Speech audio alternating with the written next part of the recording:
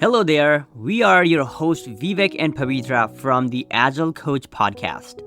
In this podcast, we bring fresh perspectives to you through our interviews with thought leaders in agile coaching, facilitation, business analysis, and product management roles. Enjoy. Well, hi everyone. Excited for you all to learn from Tyrone on today's episode. I've worked with Tyrone for some time now and have seen him go through multiple interviews and notice that he's one of those individuals that if he gets an interview, most likely he's going to come out with an offer. And, I've worked with hundreds of individuals to really help them break into their first product roles. And, was fortunate to be, Tyron was one of those individuals. A few months back, I had the opportunity to really, meet you, Tyrone, in person. And we had just a great conversation. I was really impressed by, certain frameworks. And I know you refer to a book too, and really a mindset that you use when it comes to interviewing. And I'm just really excited for, all of you to learn from him. So Tyrone, thank you for coming to the podcast. I am really excited to have this conversation. Yeah, it's a pleasure for me as well. And before we jump into anything, I have a lot of gratitude and appreciation. I feel like I say every time I Mm. get a chance, but you guys have helped me to really create some, you guys have really helped me get my life in a better position in a way Mhm. that I never really thought was possible. If I can share a little bit about my background, because it's a very fun thing for me. Yeah, I would love for you to start with your background and just like Yeah. where you came from and what are you currently doing, of course. Yeah, well, I was born to an incredible set of parents, right? My working career started out, I was working at a Subway and I moved through and, kind of just had different jobs here, hands-on stuff, very manual labor. I met my wife, got into education. I the challenge that I always ran into was that I had never completed school, like higher level education. I had actually have enough credits if they were all in a centralized field. I'd have a Yeah. degree and then a little bit more, but they're all over the place because I love learning about different subjects and being in different environments and arenas.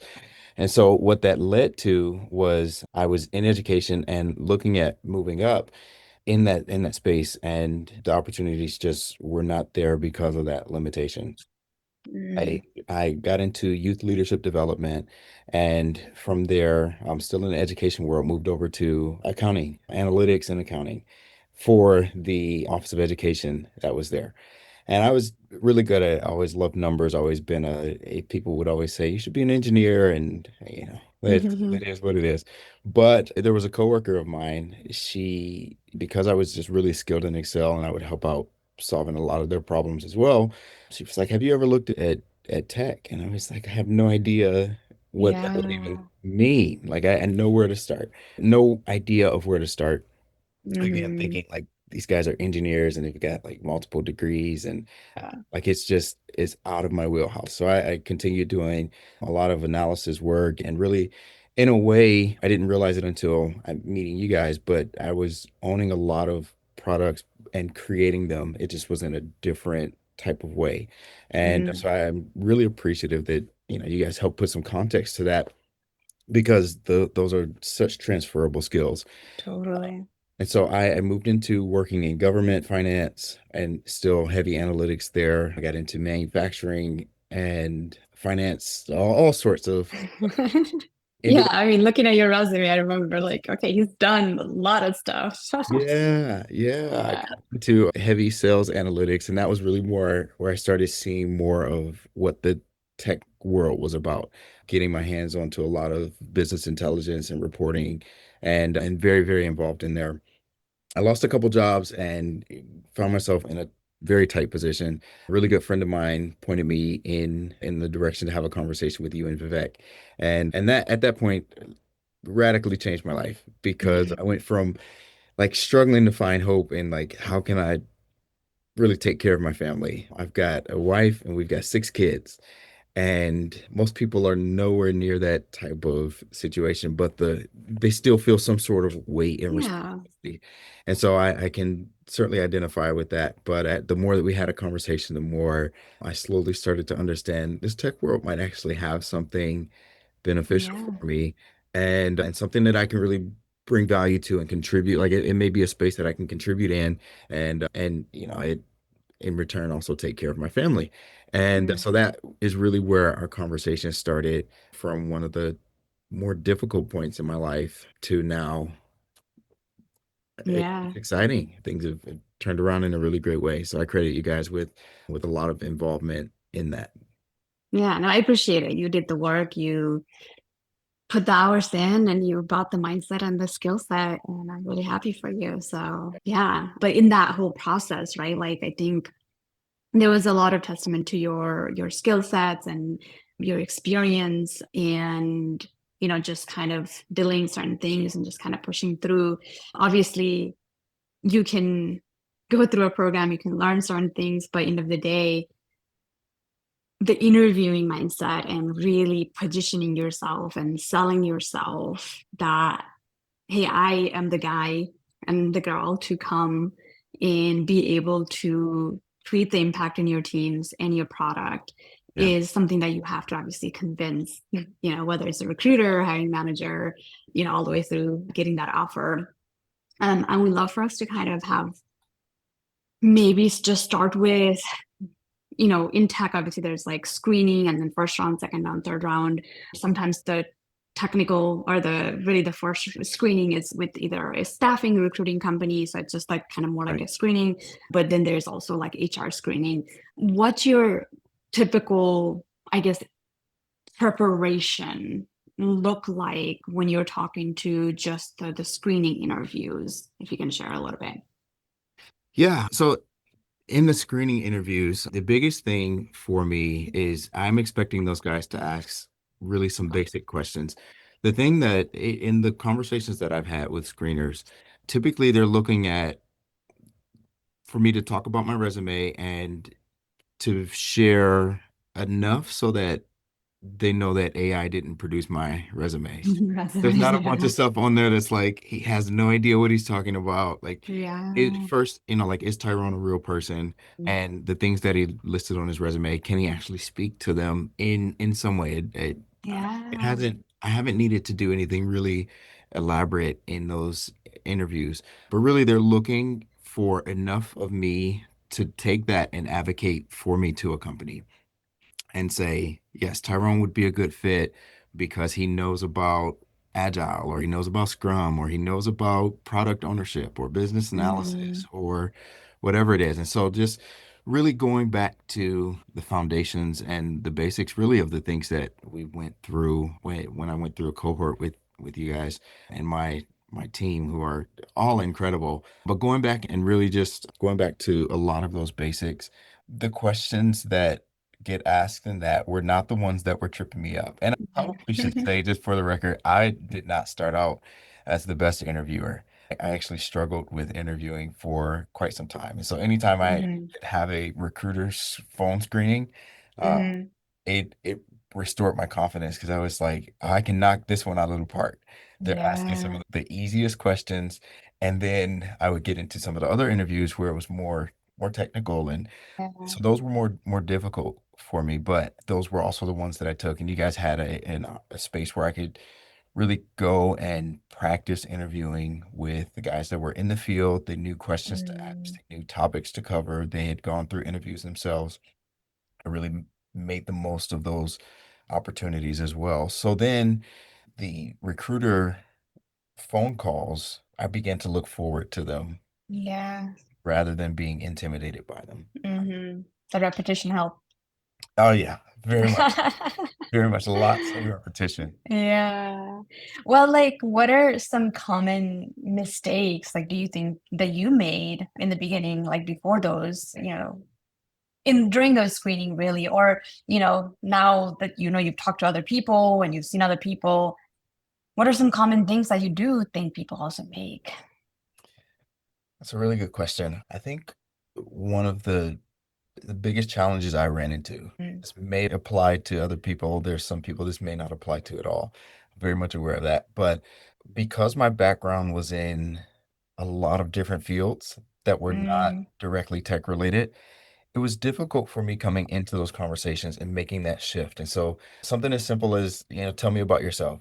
The first thing that would come to mind is I'm a finance guy, or I'm a whatever it is, like you fill in the blank. I'm a chef, a cook, a Mm, hospitality manager. I'm a business owner, an entrepreneur, and I would lead with that. And so my response to a lot of the questions that would come through, I was thinking through the lens of a finance guy. And so mm, they would ask about different topics. Let me start this over.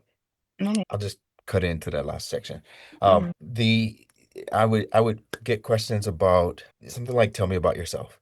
And mm, my lens was from a finance perspective. And so that would be the first thing that came to mind. And when I mm. actually made the shift of starting to think of myself as a tech person, as a tech guy, Yeah, then it became easier to talk through the rest of the questions and the scenarios and the different examples that that were being asked of me. And so I think that's probably one of the biggest challenges, I would say, rather than mm, mistakes, is that, how quickly can you make the shift from this is the environment that I was in to now mm. this is the arena that I'm in. I'm a tech guy, I'm a tech girl. The Oh, skill sets that I have still apply and still contribute. yeah, And then being able to frame those from the perspective of being an awesome tech person. totally, totally. So a couple of things I heard you say in here. Earlier, you mentioned, I guess, a mistake that we can kind of bring into, right? Like mistakes, common mistakes people would know make is really not knowing their resume, one, Absolutely. right? And then really positioning themselves, not being able to position themselves for the role that they're going for. Right. Because yeah, it's like we do all sorts of roles in our life, but end of the day, we work in people space. And so your ability to communicate, lead an initiative, work cross-functionally, every role out there requires some sort of analysis work for you to do, work with people, right? Documentation. And so it sounds like you had to kind of understand that I'm already doing those things. Hence, I can position myself to say that I'm doing those things and I've done those things. So then, you felt comfortable to be in a place like, okay, I am in tech. And then like I'm sure the externship and everything that obviously like helped solidify that experience for you. But yeah, I can kind of see that. But also like not, probably prepping if I were to add like one other thing, not looking at the company, even recruiter, right? Like I feel like there are certain questions that you could probably like ask the recruiter about the position itself, or do they even have a role available? If they do, who's this company with? Like, who's the client? What are they looking for? What does team dynamic look like? So there are a lot of those things that you can obviously ask. But I think not, having some sort of preparation, like going into a screening, just because it's the screen doesn't mean like you don't prepare. Like you got to know your resume inside out to your point that it's not, especially this day, it's not some AI wrote it and it's like a fake Yeah. experience, or like oh, you have this point, but what does this even mean? So being able to like really annotate each point in your resume and saying, okay, here is how I did this, or here's how I'm going to answer this question based on Yeah. what they asked me for each of these bullet points, sounds like, yeah, that's cool. And it takes time as well, right? I mean, Mm, that may be an additional mistake that is very easy to make is, you feel like it's a set it and forget it. And the time that goes into understanding or looking at, what's my background? What are the things that are in my background? And how do they relate? So not just saying, mm, I've looked at data before, but like, what does that mean? Why is that yeah, relevant? And even why is that relevant to this role in particular? And then as well, taking the time to prepare questions for even recruiters before you get mm-hmm, into first or second, full on interviews. Those questions can really make or break. Like they help you stand out in a yeah, tremendous way. mm, And when you have them, you go into that conversation with a lot more confidence because they're not just looking to select me. I'm also looking at if this is the company that I'll select. totally, And yeah, you start to approach it as, you know, I whether you have options or not, you want to go into that conversation feeling like you Yeah, have options rather than totally. showing up feeling like you're desperate. Absolutely. Absolutely. And I've seen this so many times, even when I used to be in the market. Like, there's just something psychological. Recruiters want to talk to people that are confident, that are in demand, that are interviewing at multiple places. And same thing with companies, right? Like, people who have jobs get hired way more easier than people that don't have jobs. There's just something about it. So yeah, I guess like let's talk a little bit about relationship building in with the recruiter, right? How important that is. Like, how should one show up in that call where the recruiter is like, man, like, I like this guy. I want to push him to my to the client. Like, what are some things people can do and you did during that process? Yeah.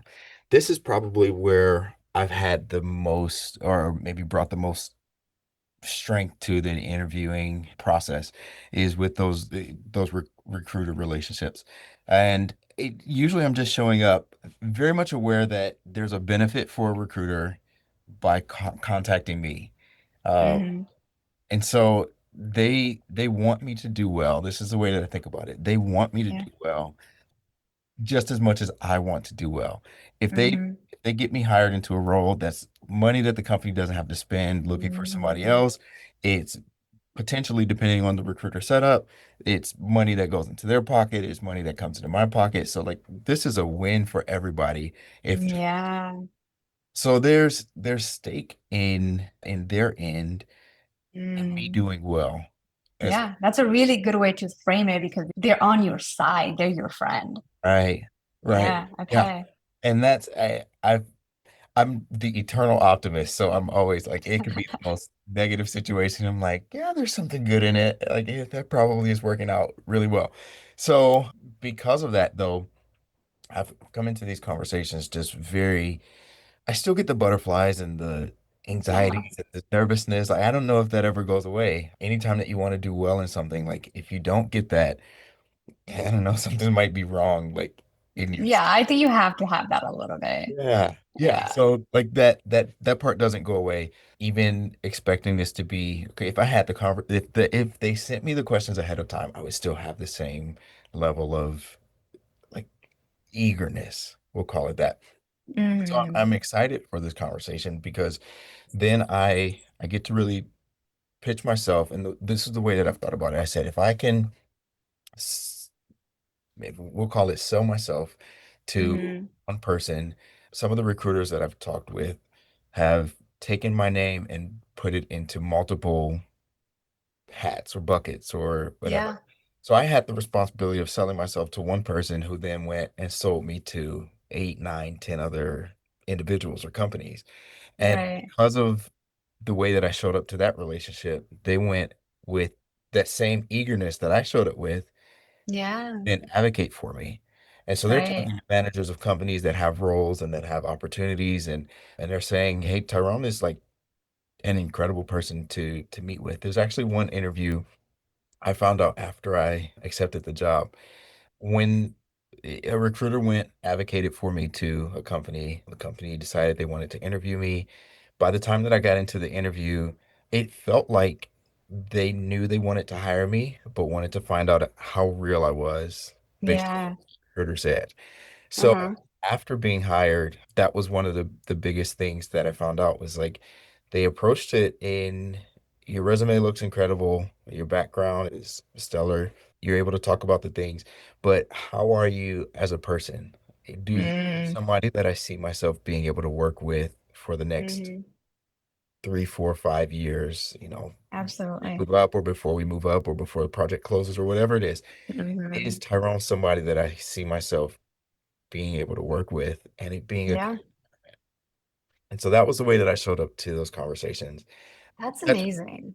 that's one side of it. There's another side if you were going to say Yeah. something. No, no, I was just saying that's actually like I'm just having like an aha moment because that's such a different way of framing how or like really positioning yourself or framing because I've had so many students say, hey, I didn't even get like asked a lot of technical question. they just wanted to like know me, and like based on my personality, they hired me. Right. And here you are, saying that I told myself or portrayed myself in a way like, hey, like you would love to work with me. Here's my personality. Here are my skills. Here's how I'm fun. It's just like bring that humanness and that humor and personality where like I'm not going to be bored if I'm working with this guy every single day. We're going to Right. actually have some fun because let's be real, 9 to 5, 40, 50 hours. Like I feel like our coworkers and the team that we work with are the people that we spend most of the time with. And Right. so that's amazing. That's how you position yourself, or the way you're like showing up in these interviews, even with recruiters, that they're so excited to talk to you. They're like, oh, like talk to this guy because you love his energy and what he brings.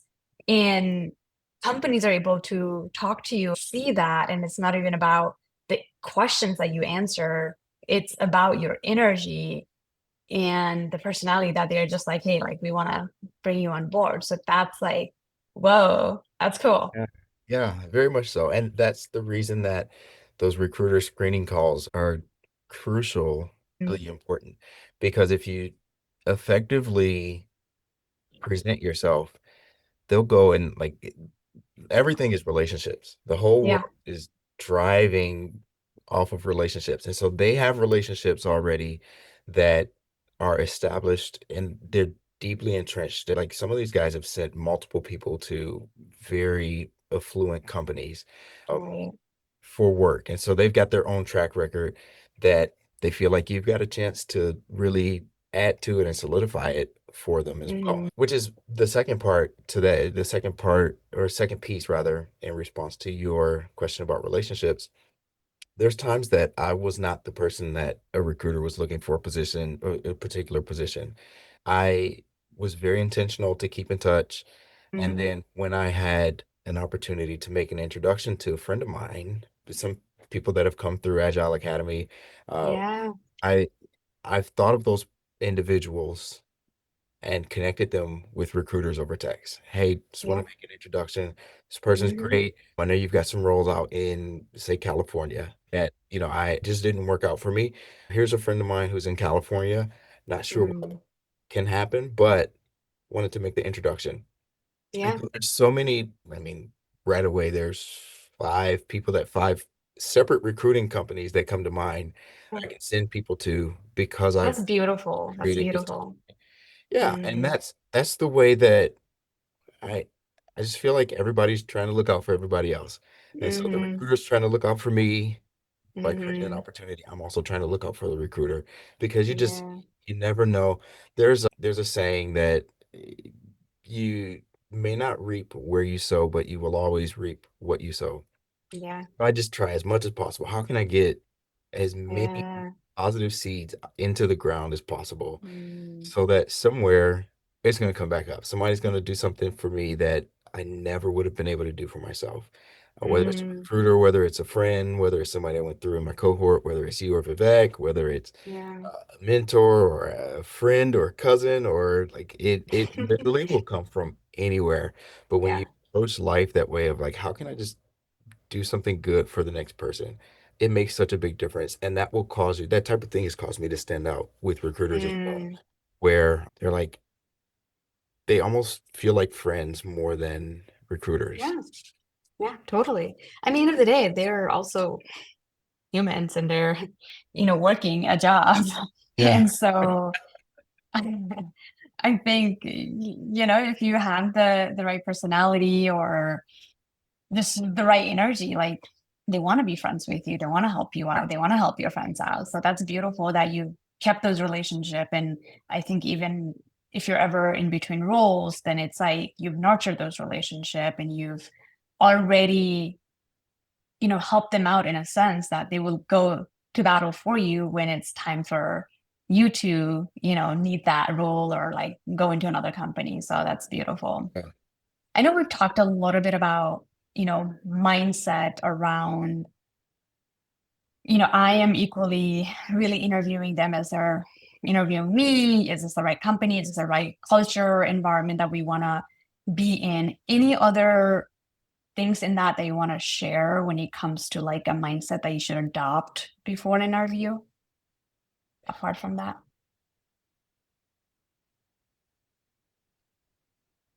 For me, I'm looking also at where's the company headed. I've had, let me say, two pieces to this. The first part of it, this is probably how most of my answers are going to be or responses. Mm-hmm. So the first piece of it, I'm also looking at like what's important and significant to me. Am I just chasing a paycheck? Am I chasing some sort of security? Am I like, what am I looking to get out of Yeah. the job market? Am I just trying to get my foot in the door? Is Mm, it like, do I want a company that I can be at for 6 months and then, be in position over the last 3 months of that to be interviewing in other places, but to show that I've got some experience? Am I looking for something that's 5 years, 10 years? Do I want opportunities for growth? So taking the time to really know what you're looking for right. is, Mm, yeah, who you are, what's important to you, what do you value, what yeah. culture and environment do you want to be in? I had an opportunity with a startup that looked really promising. The people Yeah. there were very nice. It was really a great environment.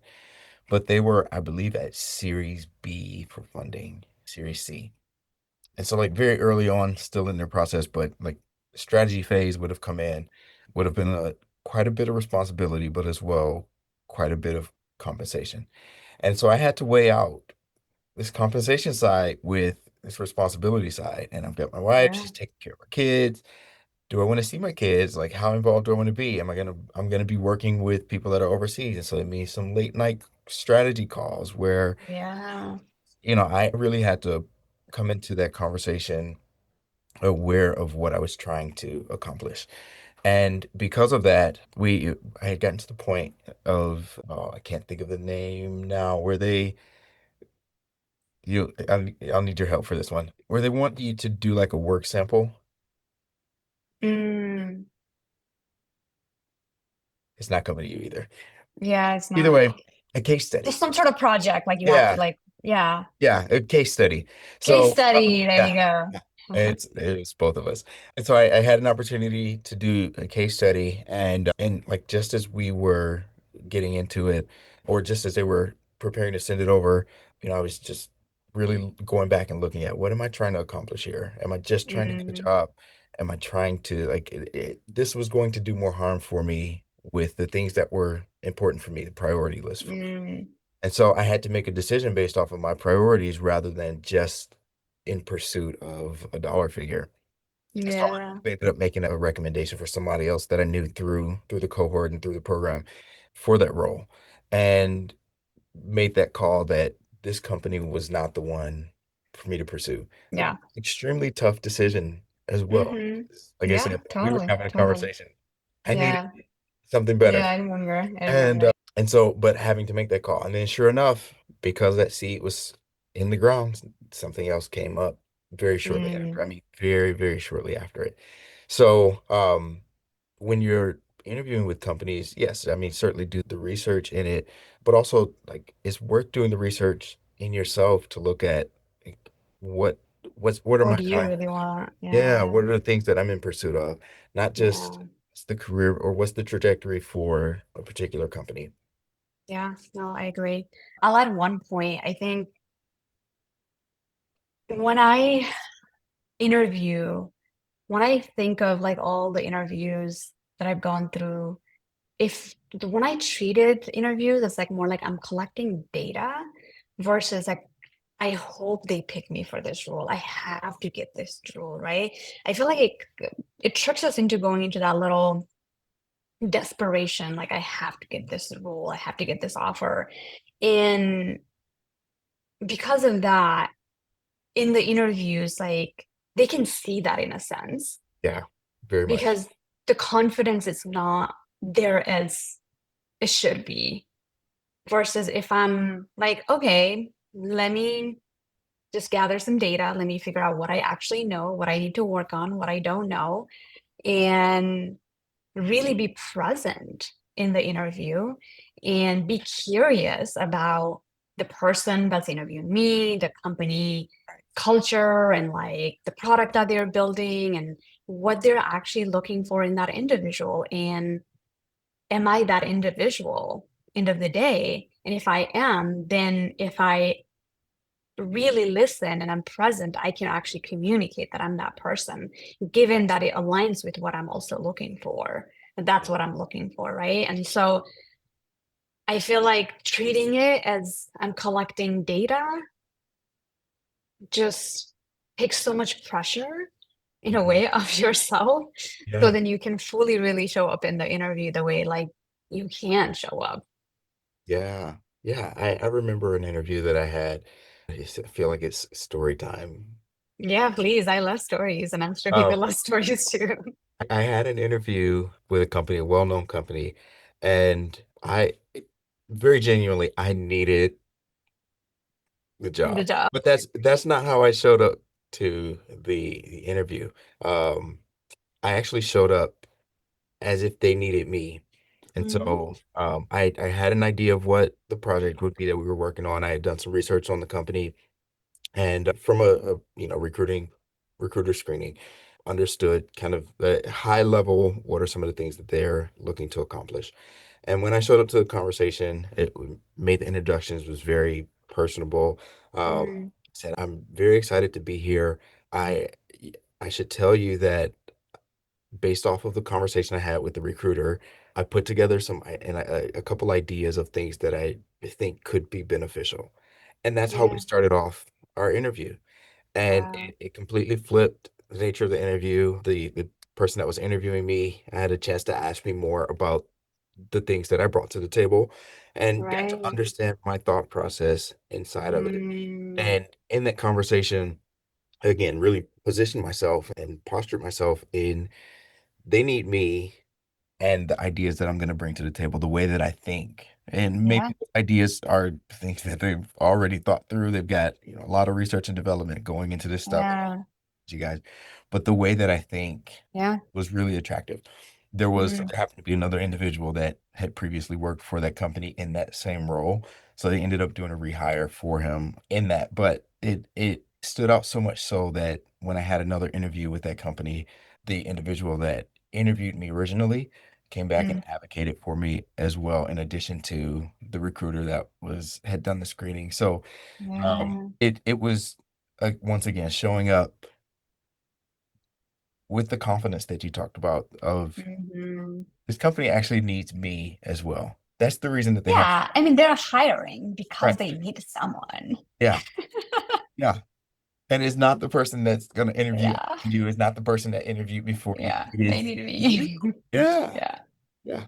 And I that's, love I it. think that's the best way to approach it. Yeah. I love it. Now I want to kind of go into maybe these are like a little bit more deeper in, right? Like second, third round where you have to be intentional with the way you answer the question, whether maybe it's using certain formats, having not just answering the question, but being able to refer to your resume and the experience that you have and the work that you've done. I guess maybe like what are some of your go-to method? And in that method, how have you made sure that you don't ramble Hmm. in some of these like questions? I haven't been rambling today, have I? No, you've been Okay. doing pretty good. Good. Good. Good. My wife and I, we joke often that one of us is a talker and I am married to her. Okay. But then there's certain situations where it'll flip and like Hmm. I can talk and it's usually when I get excited about things. So Mm, rambling is something that I've had to be very conscious of. I had heard of something very simple like the STAR method, hmm. situation, task, action, Action, result, yeah. result. And then there's another somebody added another letter at the end of it. I can't remember exactly what it is, but it basically is like a takeaway, start. Takeaway. Mm, Yeah. And what did you take away from it? mm, So starting to, let me say again, I was very bad at situational type of questions. So it would say, tell me about a time when you, and I'm like, I'm a finance guy. I have no idea. Like I can't make up anything. I can't think of anything from what we did in our cohort. And Mm-hmm. it was so tough for me, Pavitra, that I probably did practice these questions specifically for about 4 weeks. Mm-hmm. Interview prep that you guys make Yeah. available. Yeah. Week after week after week, I'm like, this is all I would do for an Yeah. hour, however long it was, hour, 10 minutes, 15 minutes. I would just struggle through situational questions Mm-hmm. because it was hard for me to come up with ideas. That may just be, like that could be a strength for somebody else and just a weakness for others of us. But it was a weakness for me. And so I was very intentional about it. Where I started to turn a corner is putting things into this start method where I would talk Mm-hmm. about a situation, kind of just giving some context about what was Mm-hmm. happening, talk about the task or what I was trying to achieve, Mm-hmm. the end result that, or what's the decision that needed to be made. Mm-hmm. Right. Then I would talk about the actions or activities that I took, and that's where I got to show how I processed through a situation, Mm-hmm. and then looking at the results, really talking about, the outcomes, and everything for companies is outcome driven. They want to know that, does something make a difference or did you just Mm-hmm. spin your wheels? We're not Yeah. paying you, Totally. hundreds of thousands of dollars to just sit behind a desk and just look at the screen. So they want to Yeah. know about results. But then the takeaway part allowed me to shine and talk about how I'm better because I experienced this situation. Mm-hmm. So that framework helped me out a ton. Other thing, and I know I've mentioned to you in the past, there was a book that I read. I accidentally stumbled across it many years ago, and I've been slowly implementing it. This actually gave me probably the best opportunity to implement it because I was going into a number of interviews and just telling Mm-hmm. stories. But it was a book about storytelling, and one of the things that stood out to me is the author talked about you're the only person that really knows exactly what happened in the story if you're telling it to Mm-hmm. somebody else that wasn't there. Mm-hmm. Um, if you keep that in mind, you've got some liberties, Mm-hmm. details of how do I get from the starting point to the destination. It can be a Yeah. straight line, it can be a curved line, it can be a winding way. Ultimately, you get to the same destination, and the start and end points of the story are true. The the pathway in between is where you actually captivate people. Mm-hmm. That gave me some freedom then to start talking. So if I had experienced something in the finance world and they were asking me about something how would you handle the situation in the tech world? Well, I can communicate my start and end point is this is where I'm at, this is where I'd like to be. Mm-hmm. In between is really my mindset. And so when I'm sharing Yeah. story at that point, then what I'm really communicating is how either what I've done, and if I haven't done it, I'm communicating what I would do. All right. So if Mm-hmm. But you the do it in a way. yeah, yeah. And so if Mm-hmm. tell me about a time where, two stakeholders wanted opposite outcomes. Yeah. Then I can think of a situation. I can actually make it up and give them a Mm-hmm. scenario. They'll have no idea that it never happened, but I can Yeah. talk through, here's the context of it. This is what I was trying to accomplish, and Mm-hmm. this is the action that I took. Yeah. This is the result, and this is what I would take away from it. None of those things have to be 100% true, other than is this how you would approach this situation? Mm-hmm. Right. Ultimately, that's really what they're looking for.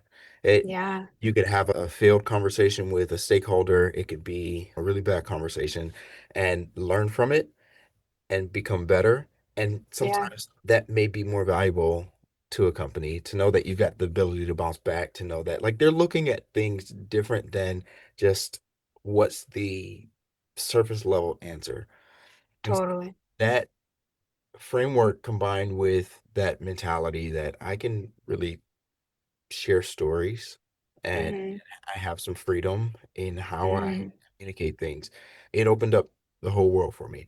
And the challenge for me then was like, well, I don't want to lie Mm-hmm. because that naturally that's what you're going to think. I don't want to Yeah. make things up, and that that's where it's really communicating. How do I think about this? What's my mentality in it? And it's almost like speaking in parables. There's a lot of people have religious faith, and so historically, like in religion, things will be talked about in parables, and it's the same type of thing. Who knows if the story is 100% true, but the Mm-hmm. principle is the same. And so you should take that the same way about your experience or about the way that you think about something or the way that you would approach a situation. Yeah, that's beautiful. That's such a liberating feeling, and you kind of know how you can implement that Yeah. into any of the situational questions. So that's amazing. Would you recommend people to kind of come up with at least like have few stories, or even like think about the format and put some of the situations, like think this through and like do that as part of the preparation, so they're not trying to come up with this on the spot during the interview? How important do you think that is? Yeah, we may need to delete this Mm-hmm. section. Okay. I my natural instinct is going to say, don't write it out. Don't Mm, put anything to paper because you don't want to get to the point of like trying to memorize it. There's I see what you mean. want to be engaged, but what you Mm, do want to do is practice and take the yeah. time. So you could take questions, and it's very easy, if you have a couple interviews, you take your phone, sit it next to the computer, just record. I guess I don't know Yeah. if there's a Definitely having some sort of practice so then like you're concise. And because what I do find people in this situational type of questions that they don't really know how to like they don't know that they should be spending majority of their time in the result and the takeaway that you talked about, right? Because right, again, companies care about metrics, impact, results, like that's what they care about.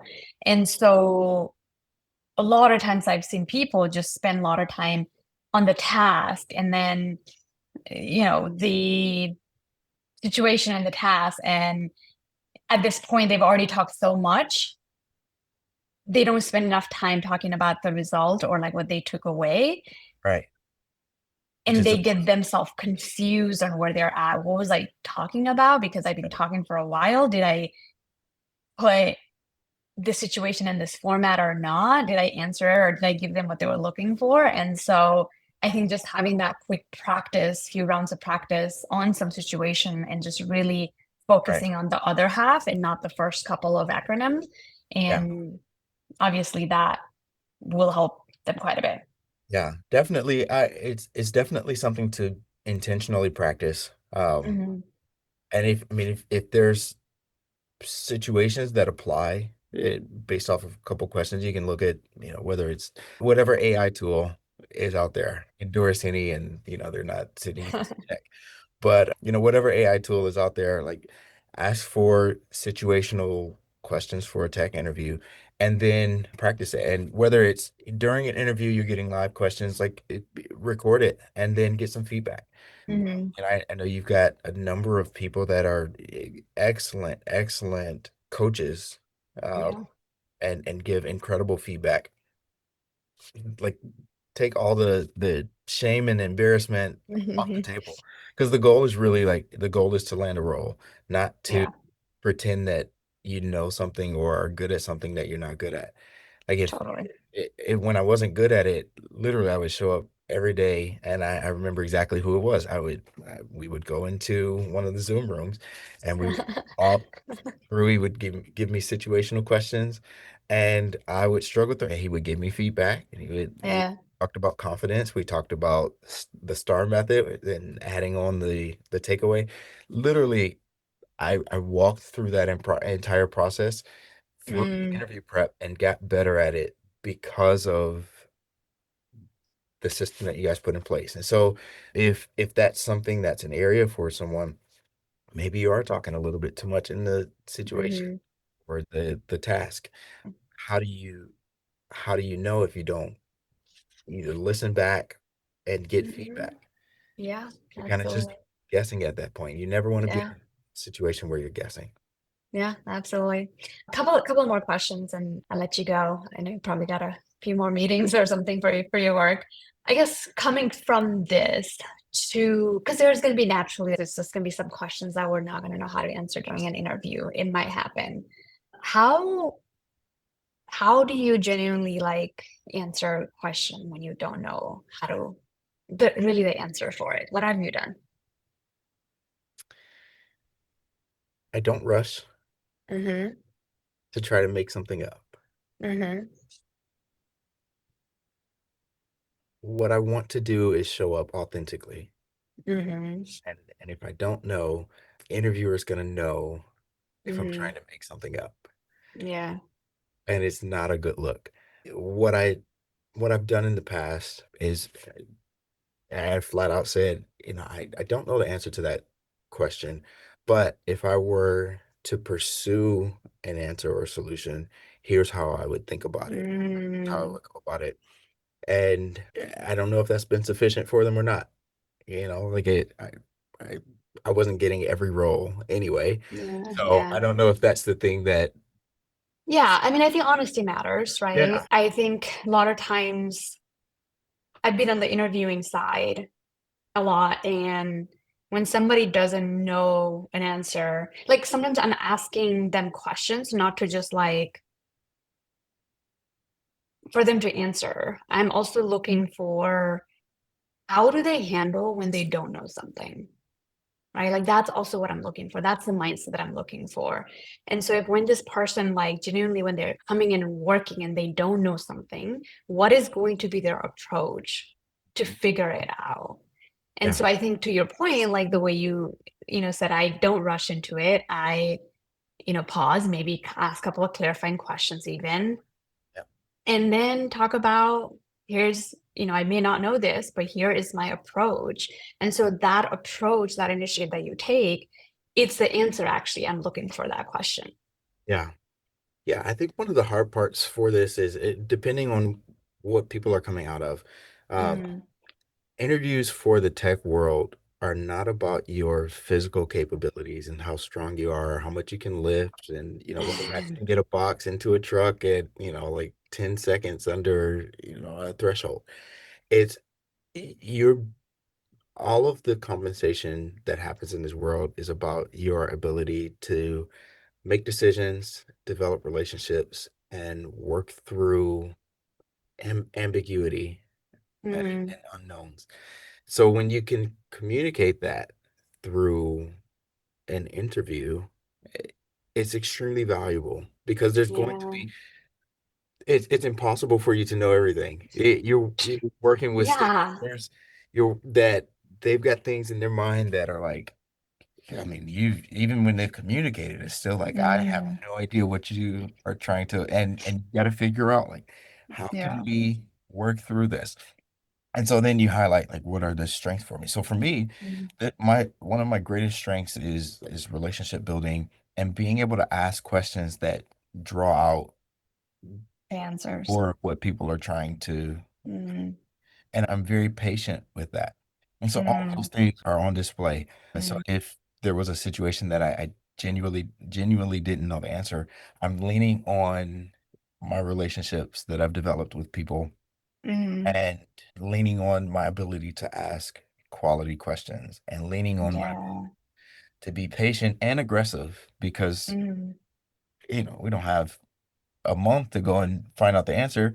So I need to know it in a relatively quick time frame, but I also don't want to create anxiety for someone else to where it's more difficult for them to give me the solution that I need. So inside of that, again, this would be like almost like a takeaway.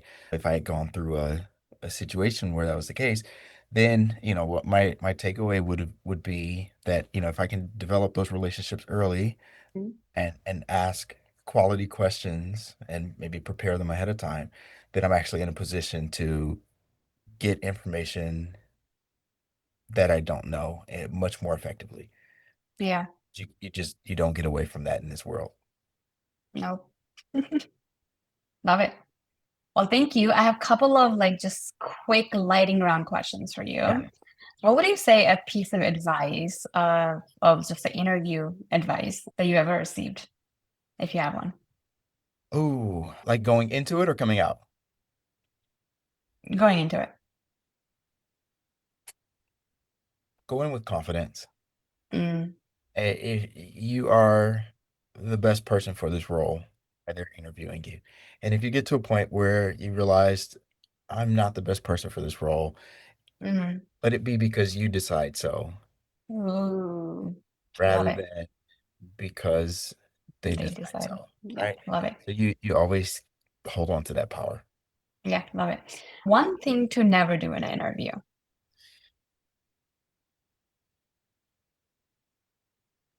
Not show up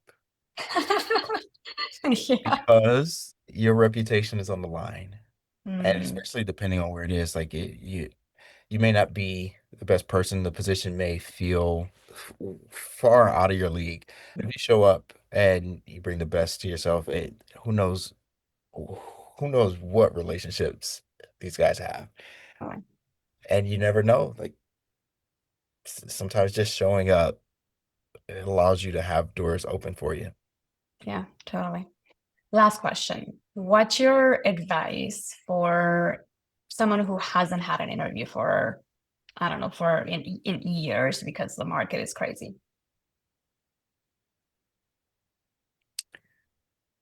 Oh, no pressure.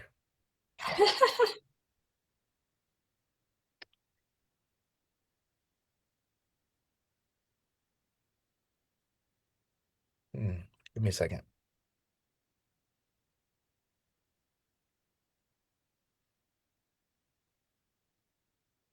Or we can reframe it. Like just anyone that hasn't had an interview for a while, like what's your advice to somebody who hasn't had an interview in a while?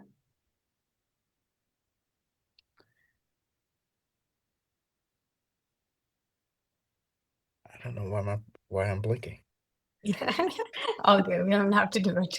No, I want to give something. I feel like there's 100 things, but I'll say like the cheesy thing because the eternal opportunity Yeah. is the answer is always no when you don't put yourself out there. Mm, Answer can be yes when you do. beautiful. And I think that's about as straightforward as it can be. I love it. I love it. Well, thank you so much, Tyrone, for taking the time out. As you guys heard, full-time job, wife, 6 kids. I know you got other bunch of things on the side, so I appreciate you creating this space and time for us to have this conversation today. And I know, it's not hope, I know that a lot of you guys are going to get a lot out if you really tune into this and just take the mindset more than anything and the stories and just really how to show up in these interviews because it's not about knowing all the answers. It's about knowing how to figure it out and giving that mindset that you can actually figure it out for the interviewer. So, with that, thank you, Tyrone. You're very welcome. I hope to hear a lot of success stories. All right, that's a wrap with this episode. Thank you for listening till the end. We hope these podcasts are providing value on your Agile journey. If you haven't visited our website, theagilecoach.com, we highly suggest you for other courses and supporting material on your journey. You can also get access to our self-paced courses or learn more about the live training that we provide to become a Scrum Master, Product Owner, Product Manager. With that, we will see you on the next episode. Love and best wishes from the Agile Coach.